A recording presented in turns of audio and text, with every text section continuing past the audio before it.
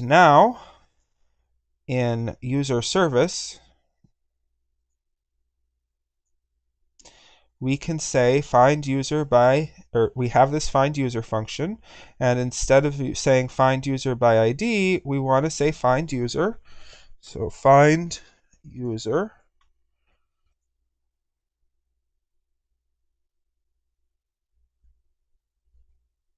Oop, this is actually going to call that though, isn't it? So find user. Let's call this just like user search then. So user. All right, hold on. We'll say find user, but obviously we can't do that because, yeah, it'll just recurse. So find user at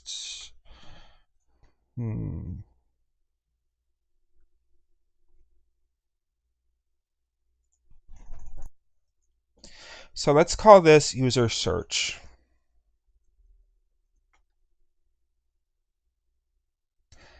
And then we'll call this user search. Now, normally I wouldn't say change something like this because it could be used in any number of places. So let's say find user. Okay, so now I have to go through things and actually make sure. So this is user DB, that's okay. Const found equals, so that's all okay. User DB, user service. Let's see here. User identification uses find user. All right, so we don't want to use find user anymore. We want to use user search. Okay, so we can actually do this now. I can say user.find user does not exist anywhere. Okay, so we're good. Now back in our passport, we have our user object here. What we need to do then is find our user. So we're going to say const user, so we'll just do lowercase, equals user dot find or user search, and then we want to pass in a user ID. That doesn't seem correct. I mean, it's going to be the username, but what it's telling me is that I need a user ID. So I'm actually going to look at this user search real quick and see. So credential, I want to change that. Credential, okay. Back to passport. So what this is going to do is it's going to find our user for us. But this returns a promise, so I can't actually do that. So we'll say dot then, and that means that we actually don't need this. I totally forgot about this. Okay, so we'll get rid of that, and we'll say user, because that's what that's going to pass back to us. And now we can actually do things with this particular user. So the first thing that we might want to do, and I haven't really talked about this yet, but if we go to, so my own tutor, let's see here, database schema. Right now in our database schema for the user, we have a permission ID.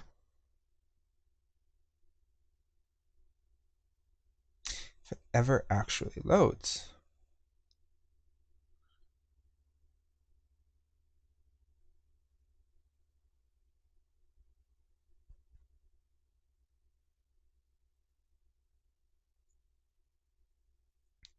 So for our database, we have, or for our user, we have this permission ID right here.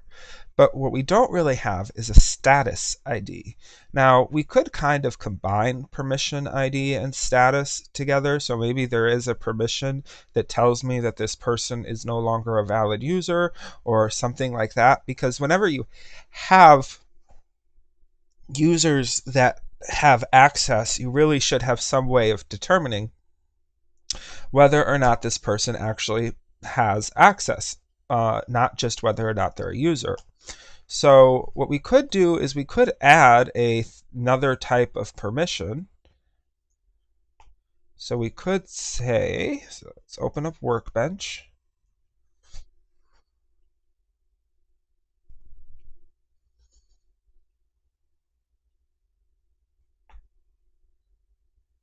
That'll take a second. But what we could do is give another permission, like permission disabled. So they are a user, but they don't have permission to actually log in.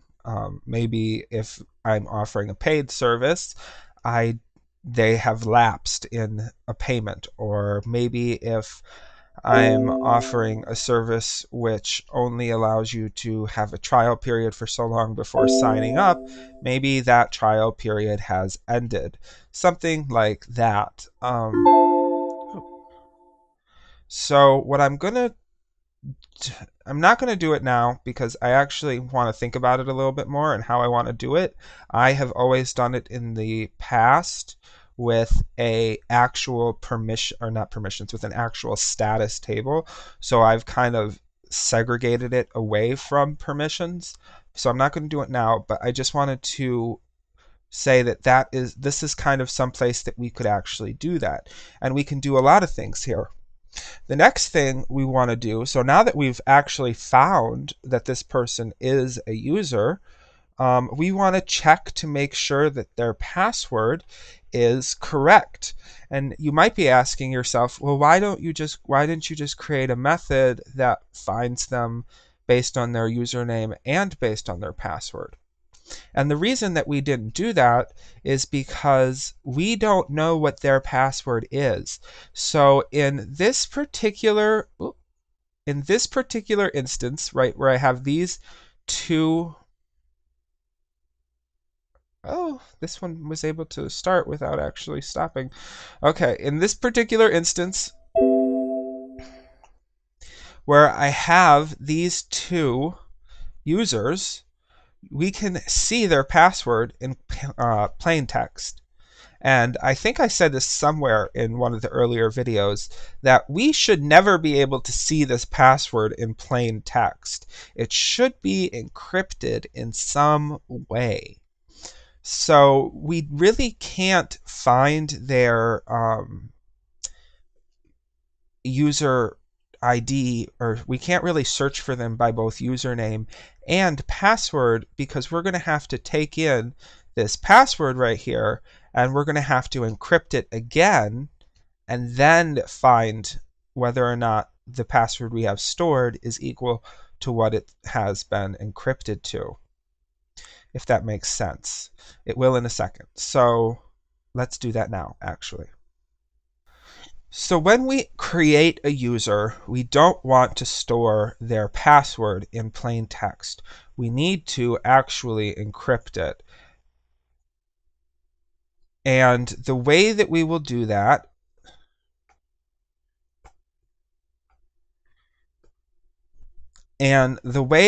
we will go about doing that is to use a library called bcrypt.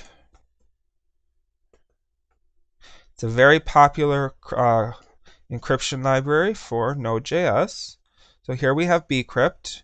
So let's go ahead and install that.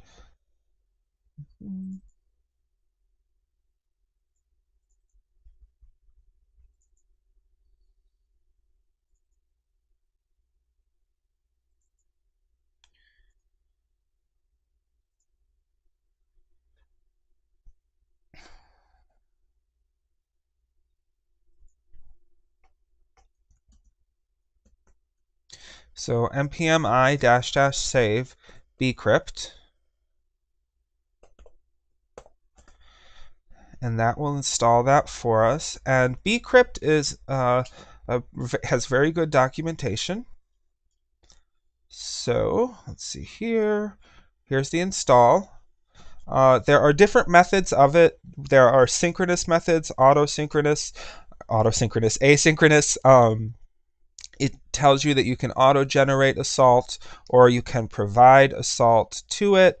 I'm not going to get into like what all that stuff is, but it is very easy to use, and like I said, I can't tell you in good consciousness to not encrypt your passwords. So we want to create a function which just handles user password encryption. And we're not going to do that with the databit user DB because this is not really something that hits the user DB. Instead, we're going to do this in the user service, and this is going to be a private function. So I'm going to write this underneath module.exports because it's a private function. So we'll say async, because it is going to be an asynchronous function, and then we'll say underscore encrypt, and text is what we'll take in. So we'll take in that, and then right up here, I'm going to paste what I actually need. So we'll say copy that and paste it right below that.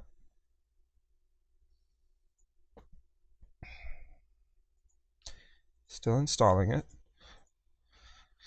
Okay, so here we have to hash a password. This is what you're going to use.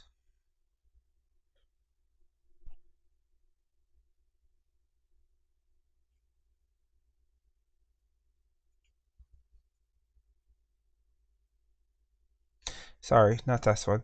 This is what you're going to use. And we can see here that this is an error. What are they called? Error first callback. So let's see here. I don't know if, okay, here we go. Let's go to say. Pretty sure they have an async await one right here. All right, so we can do it like this. We're going to just say, oh, we'll say this. So const mat, oh, this is, okay, hold on. I haven't looked at this in a long time. bcrypt.compare, I don't want to compare.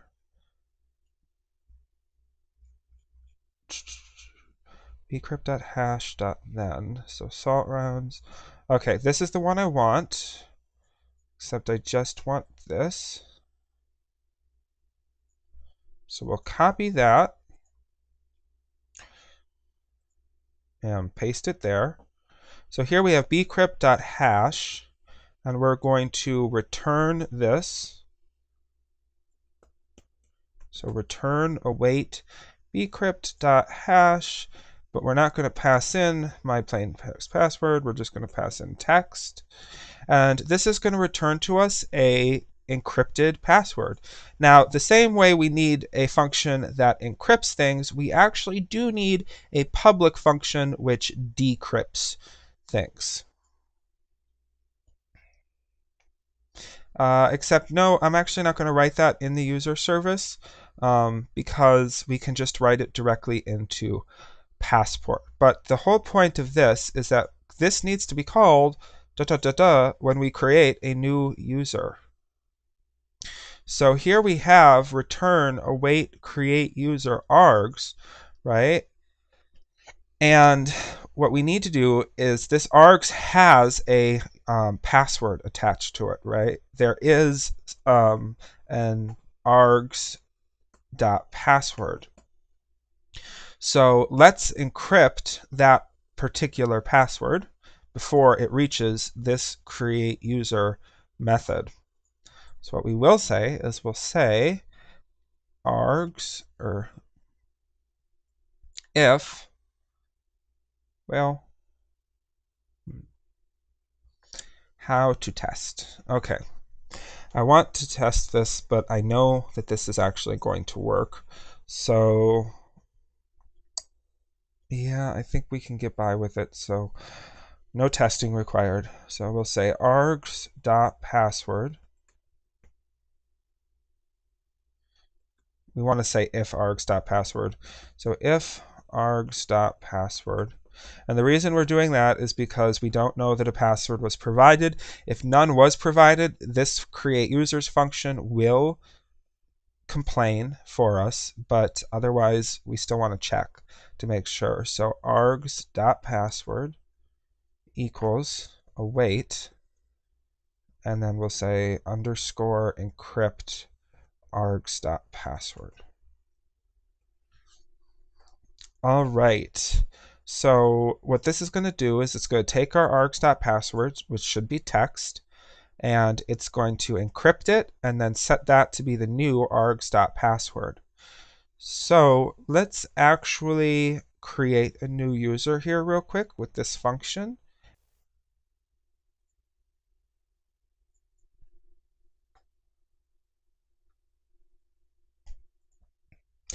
In here, let's change this to Jane Smith, and then we'll say test student 1, test student 1, and test, let's see here, test1 at student.com. So everything is changed.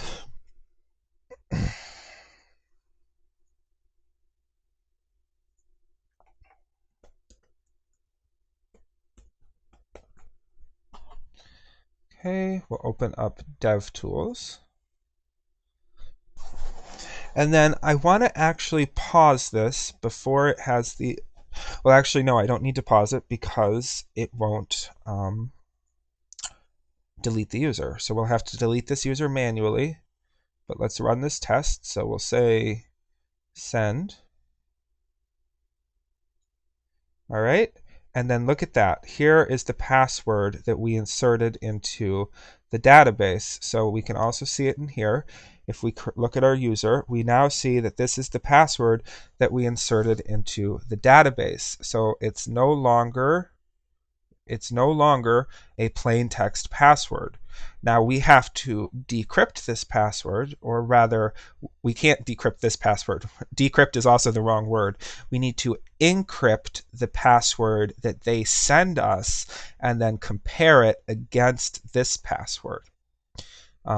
And see if it matches. That way, so if you think about that, there's no way for us to actually ever know what their password is. I've actually had this happen on a couple of different applications where a stakeholder or someone will be using the product before we've implemented forgot password or something like that. And they will inevitably forget their password and come to us and say, can you tell me what my password was? And I have to say, I can reset your password to a new password, but I can't tell you what your password was because I can't decrypt this. If there were a way, if anyone ever figures out a way to take this password and turn it back into a actual readable password, security on the internet would fall to pieces. It would be a very bad day for the internet. So now that we have our password actually being encrypted and we're good to go on that, let's go back to Passport. And what we want to do is we want to take this user and take this password and compare them with each other. So if we look at bcrypt, we have a comparison function here. So we have await bcrypt compare. So we pass in a password and then we pass in a user.password hash. Not sure where this is coming from, but let's actually grab this. Okay, and then we'll go in here and we'll say do this. But we're not inside of an async function, so actually we're going to have to use a then statement. So dot then, and this is going to give us back a match. We need to also include the bcrypt library, so require bcrypt. All right, so we're going to say bcrypt.compare password with user.password. Okay, so that's going to take this password that they passed in and compare it to a password that we provide. And if there is a match, then, it's going to pass us this back. So let's see here. If match, so it looks like match is either going to be true or false, right? Because it's saying if match login. So what we'll do here is we'll stop this from restarting every time. So let's stop you. Okay, so if match,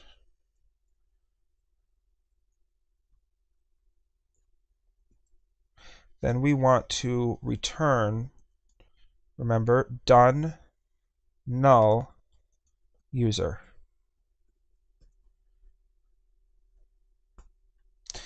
Okay, otherwise return. So let's see if we can find passport again. All right, so here we have the verify callback. That is what we are talking about right now. All right, so if they actually did pass authentication, we want to return done null user. All right, but if they didn't pass authentication, we can return done null false. We can return done null false. Or we could return done with an error saying this is an invalid username or password. So I'm going to go ahead and return done null false. So here we will just do this. All right, so either if there is a match, we're going to return done null user. If there wasn't a match, then we're going to return done null false. Now remember that this has the ability to throw an error. So remember, if they provided us a username or a if they provide us a username that doesn't exist, this does have the ability to throw an error. So let's write our .catch e, and then we want to return done and error, or e. And that's going to throw an error up to our app.js 400 service. So if we look again at the passport documentation, if we return done null with an error, then it doesn't really say it right here too well. All right, this will it'll throw an error. So if we do this, it will throw an error up to app.js right here, our error handler. All right, so back into passport. Let's see how much we still have left. I'm trying to explain this as best I can. All right, so we have our auth route, which is going to call passport.authenticate local, which is then going to jump over to passport.use local strategy. It'll call this function with username, passport, or password, and done. It's going to try to find said user. If it does find that user, it's going to decrypt their password. If it finds a match for that password, it will return that user to this function. So that's when it'll actually start calling this function here. If it doesn't find it, it'll return done null false. Okay, so let's see this somewhat in action. Let's start setting this up so that we can start stepping through it, because I think that'll make it much easier to understand how this is happening. So first and foremost, we need this auth route to be an actual route that we can get to. In app.js, let's require this route pathway. So we will say app.use, and I'm going to call this auth. And then we'll say require API gateways, passport or auth routes. Okay. So now this is going to be available to us on the auth /route. So in Postman, we're going to say post and auth, like that. And then we're going to send through this username and password for this Jane Smith character. And I'm going to set a breakpoint inside of passport.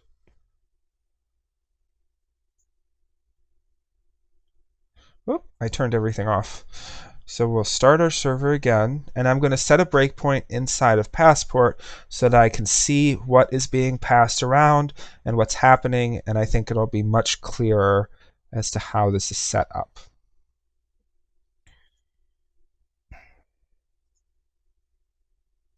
Uh-oh, there's an error somewhere. Let's see here. Throw, okay. Router.use requires a middleware function, but got an object at my own tutor.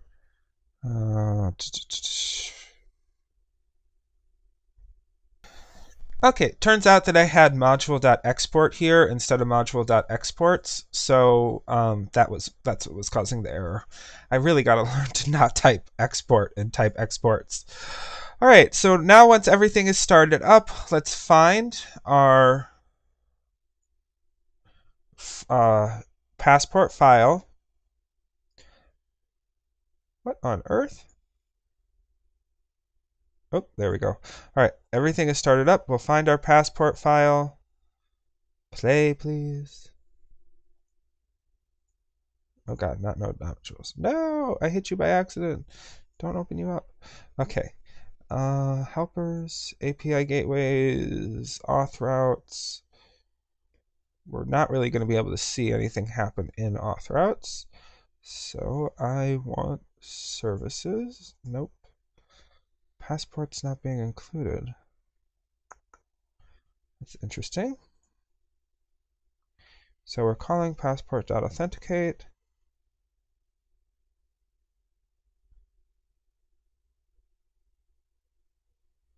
Passport should have been initialized in app.js.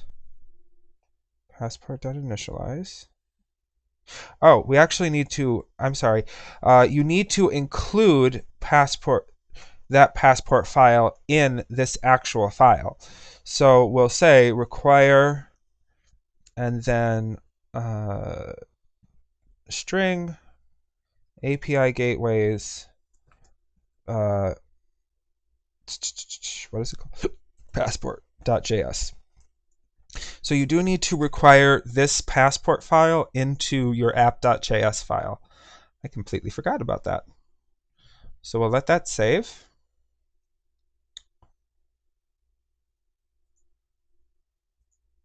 And oops, we had an error somewhere.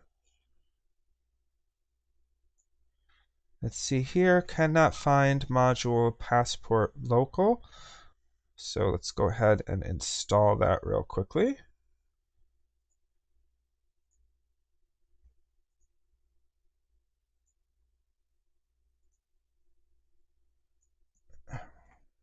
npm i-save passport local.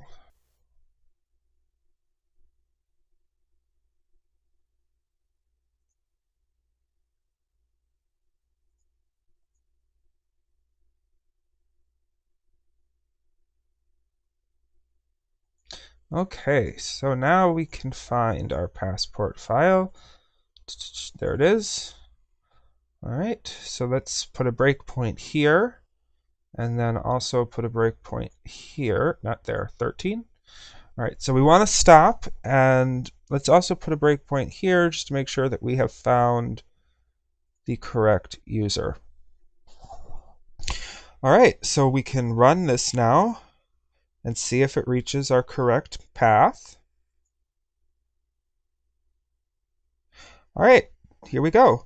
So we see that it went through the auth routes. It's trying to go through passport.authenticate local. And we have our username is going to be passed in as test student 1. So here we have test student 1, password test student 1. So remember when I said that it's going to take those automatically, done as a function. All right, so it's going to try and find a user based on that. So it should have found a user. Yep, it found a user. Here we have everything. So now it's going to try and find their password. I am actually recording. Yep, okay. So now it's going to try and find their password. So it's going to pass in test student 1, and it's going to encrypt that and then compare it against this encrypted password that we have in our database. And then we'll say, all right, so match equals true, meaning that we passed in the correct password, and now it's going to return done null, and it's going to return this user. So we don't have any code for it to return to rec.res. I'm pretty sure it's not going to stop here. No, it can't even stop at that breakpoint. So we'll just let it play. You said that you needed me like a cargo